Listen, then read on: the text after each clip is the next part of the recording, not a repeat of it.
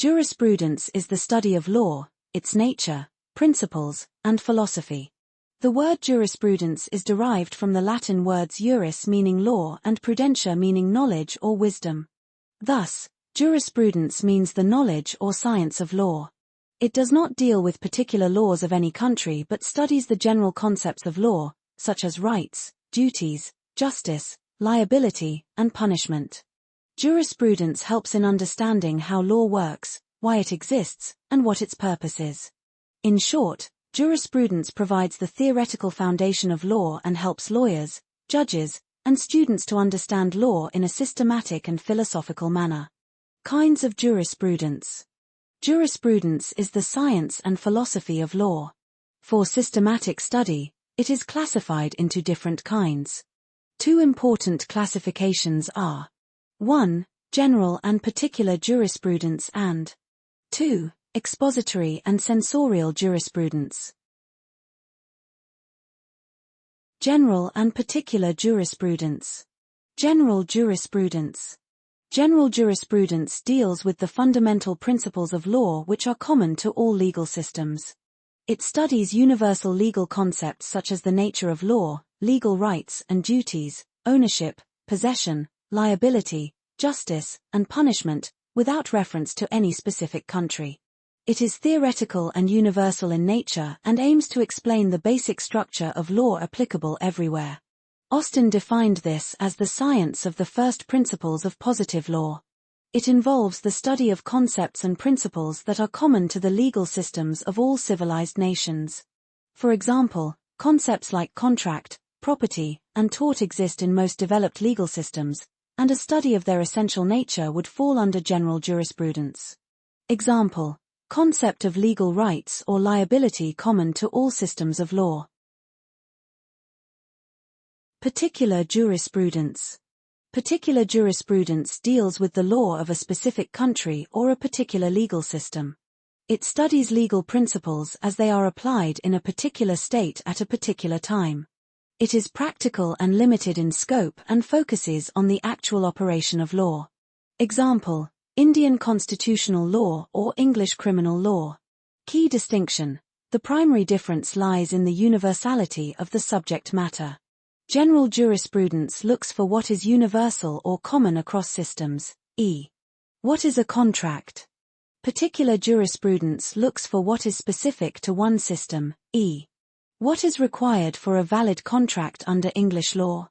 Austin is famous for this distinction because he attempted to establish jurisprudence as a rigorous science, general, separate from mere legal description or history, particular. This is the second major distinction made by John Austin in his work The Province of Jurisprudence Determined. While general vs. particular classifies jurisprudence based on its scope, the division of expository and censorial classifies jurisprudence based on its purpose and function. Expository and censorial jurisprudence. Expository jurisprudence. Expository jurisprudence explains law as it is. It describes existing legal rules without passing any judgment on their justice or morality. Its purpose is to analyze and systematize positive law.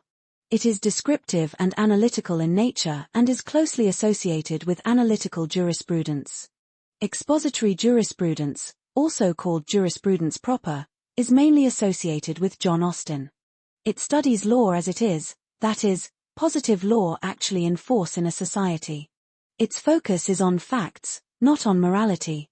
It explains, arranges, and defines existing legal rules without judging whether they are good or bad.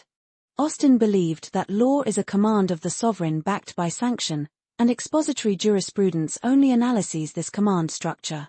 According to him, this is the only true form of jurisprudence, because once questions of justice or morality are raised, the subject moves away from law and enters the field of ethics. Example: studying a statute as enacted by the legislature without criticizing it. Censorial jurisprudence. Censorial jurisprudence deals with law as it ought to be. It critically examines existing laws on the basis of justice, morality, reason, and social welfare. Its aim is to evaluate laws and suggest reforms. It is ethical or normative in nature and plays an important role in the development and improvement of law. Censorial jurisprudence, which Austin preferred to call the science of legislation, deals with law as it ought to be. It is concerned with moral values, justice, utility, and social welfare. Its purpose is to examine existing laws, criticize unjust or defective laws, and suggest reforms for the improvement of the legal system. Although Austin recognized the importance of this field, he excluded it from jurisprudence and argued that deciding whether a law is good or bad is the work of the legislator or moral philosopher, not of the lawyer. Thus, the main difference between the two is that expository jurisprudence is concerned with the is of law, while censorial jurisprudence is concerned with the ought of law. Example: criticizing unjust or outdated laws and proposing legal reforms. The is vs. ought. The easiest way to remember this distinction is through the famous philosophical dichotomy. Expository equals is. The law is a command to pay taxes. Censorial equals ought. The law ought to require the rich to pay more taxes because it is fair. Austin's entire legal philosophy, legal positivism, relies on keeping these two separate. He believed that a law could be valid legally, expository, even if it was immoral, censorial. Conclusion. General and particular jurisprudence explain the scope of legal study, while expository and censorial jurisprudence explain the approach towards law, whether descriptive or critical. Together, these classifications help in understanding law from both theoretical and practical perspectives, making jurisprudence a comprehensive subject.